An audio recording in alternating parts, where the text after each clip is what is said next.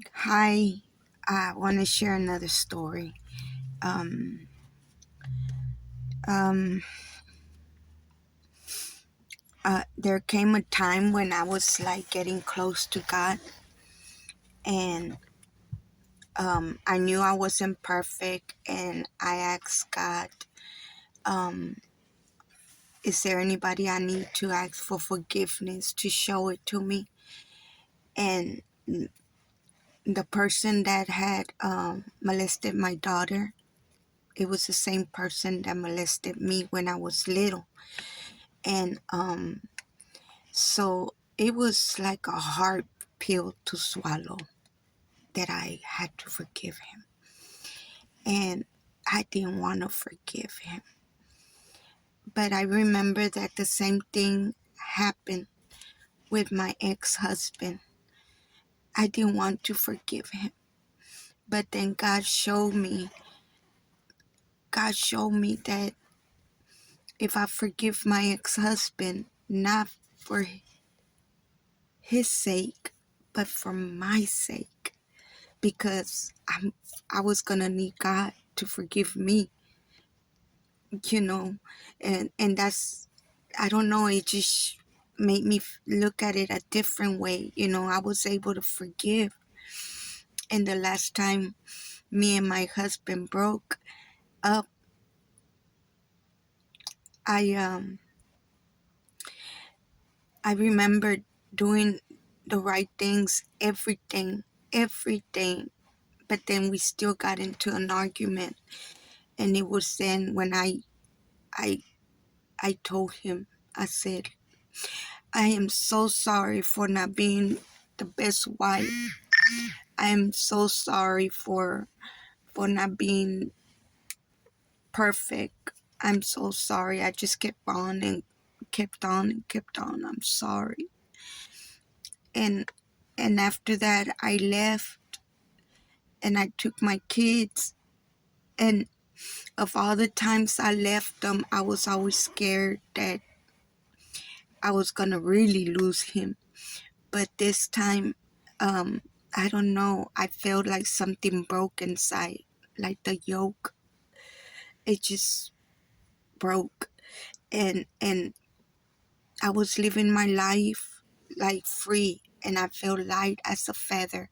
And I wasn't thinking like, oh, I'm gonna lose him if I don't come back, or I didn't even have the need to call him. I was just happy. And there were some times when I would stop myself and say, man, I'm supposed to be crying, I'm supposed to be depressed, but I wasn't.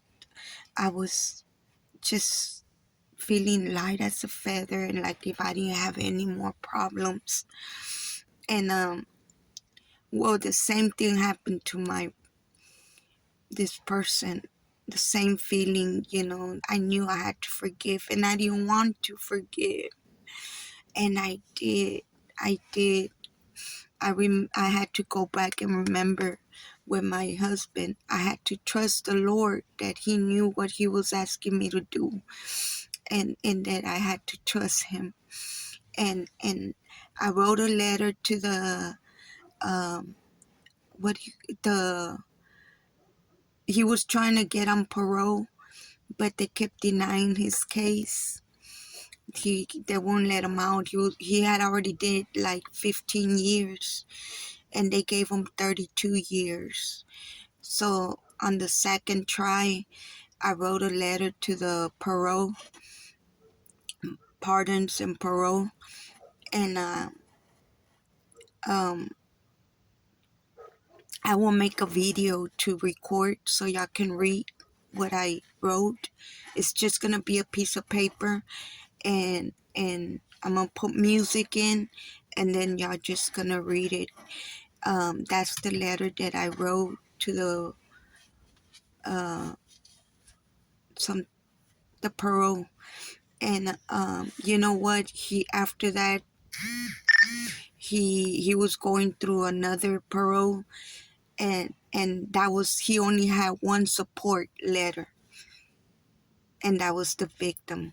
That was me, ours, me and my daughters.